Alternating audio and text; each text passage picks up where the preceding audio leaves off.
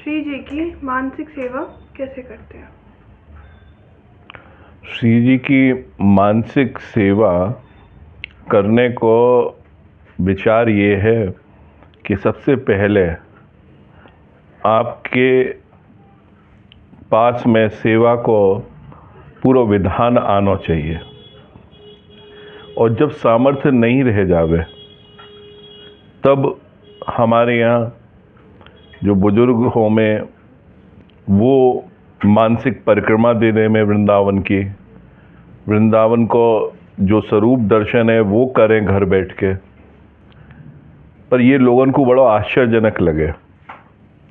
पर या में एक चीज़ हम बताना चाहेंगे, एक छोटी सी लघु कथा है। एक बार एक व्यापारी अपने ऊंट पे चढ़ के दूसरे शहर में आयो और वहाँ पे धर्मशाला में वो रुकना चाह रहा। जब वो उतरो ऊंट से तो ऊंट बैठने के लिए तैयारी ना हो, तो जैसे तैसे वो कूद के ऊंट से आ गया।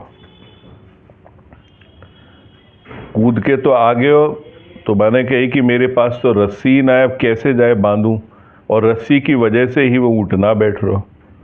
तो किसी ने बताई कि यहाँ से थोड़ी दूर पे एक भगत जी रहे में बड़ी सेवा पूजा करे, उनसे पूछो।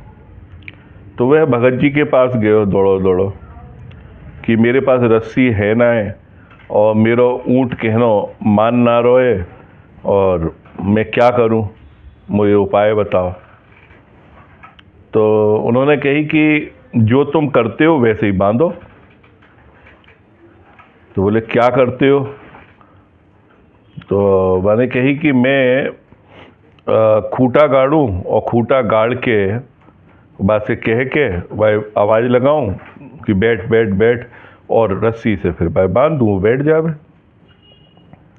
बोले तो यही प्रक्रिया करो। बोले रस्सी तो है ही नहीं। तो उन्होंने कहा कि तुम जाके करो तो सही। तब उसे कुछ लगा कि भगत जी सिद्ध पुरुष हैं, कहीं मजाक तो नहीं कर रहे हैं। वहाँ ने जाके और वही प्रक्रिया करी, जैसे कि ऊँट के गले में रस्सी हो और वाय वो खींच के नीचे कह रहा हो बैठ बैठ बैठ। तो ऊँट बैठ गया वास्तव में, और बैठने के बाद में वहाँ ने खूंटा गाड़ने के लिए कोई लकड़ी नहीं, कुछ नहीं, वैसे ही लेके और हथौड़ी चला रहा है कि जैसे कि वो खूंटा गाड़ रहा है। खूंटा गड़ गया, बाकी बाद में वो रस्सी लपेट रहा है। तो या प्रकार से ऊँट बंध गया और वो वहाँ पे संतुष्ट होके बैठने के बाद आ गया। और भगत जी से कहे आप तो बड़े चमत्कारी हो, बड़े धन्यवाद दे। भगत जी ने कही हाँ हाँ हाँ हाँ ठीक है भाई। और वाकई बाद में वह अपने आराम से धर्मशाला में रुको, सोयो, और सुबह उठ के जब वो जाने लगो तो फिर वो ऊँट के ऊपर बैठ गए जाके कि उठ, ऊँट उठा ही नहीं। फिर वो बहुत परेशान होके भगत जी के पास गयो कि महाराज रात में जैसे चमत्कार कियो वह बैठा दियो, ऐसे ही उठा दो। उन्होंने कहा तू जो करता है उठाने के लिए वैसे ही कर। तो वह वापस गया और वापस जाके वह वो खूंटा उखाड़ने की वही सब एक्टिंग करी उस तरह से, और वही रस्सी को ढीलो करके बाकी गले में पटकने को ये सब इशारों किया। ऊँट उठ गया। वो बड़ो खुश भयो। फिर दौड़ो दौड़ो आयो कि महाराज ऊँट तो एकदम कहने में चल रहा है जैसे। तो मेरे पास तो रस्सी भी नहीं थी, और बिना रस्सी के और मैं हूँ बैठ बैठ जो इशारे करता हूँ वो किया, ये बैठ गया, आप खड़ा भी हो गया, आपका बड़ा चमत्कार है। तब उन्होंने कही कि ये जो है रस्सी ना होते हुए भी पशु जो व्यवहार कर रहे है आचरण में, ये अपने मन से बंधे है। तो वही प्रकार से रसिक को सेवा में बंधनो होवे, तब वो मानसिक सेवा कर सके।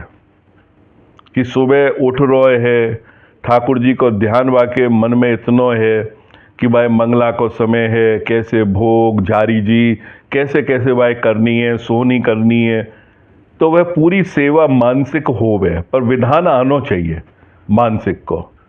तो या तरीका से मानसिक सेवा के लिए मन को बंधना बहुत जरूरी है। और या में हमारे ध्रुवदास जी को पद है कि मन तो चंचल सबहीं ते ताको कौन उपाव।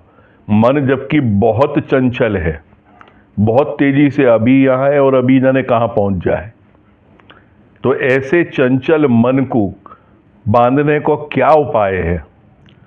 साधन को हरि भजन है कै सत्संग सहाय।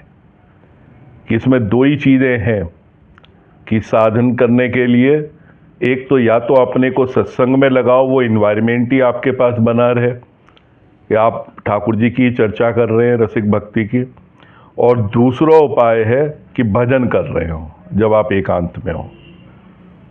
तो ये रूटीन अगर आपके अंदर आएगा तो धीरे धीरे आपको मन भी ठाकुर जी की तरफ प्रबल होगा और आप भी मानसिक सेवा कर सकोगे। और ये होवे अवस्था के हिसाब से।